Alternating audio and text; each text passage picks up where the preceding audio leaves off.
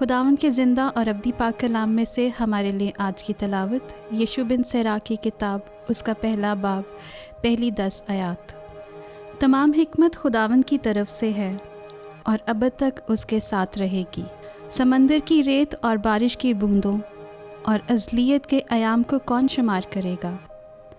آسمان کی بلندی اور زمین کی وسعت اور غار کی عمق کو کون ناپے گا؟ حکمت کا پتہ کون لگائے گا؟ وہ جو سب چیزوں سے بیشتر ہے۔ حکمت سب چیزوں سے پہلے پیدا کی گئی اور دانائی کی فہمید ازل سے ہے۔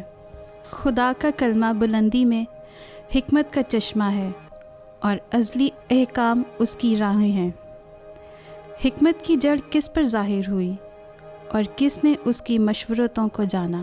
حکمت کی معرفت نے کس پر تجلی کی اور اس کی آگاہی کی کثرت کو کس نے سمجھا؟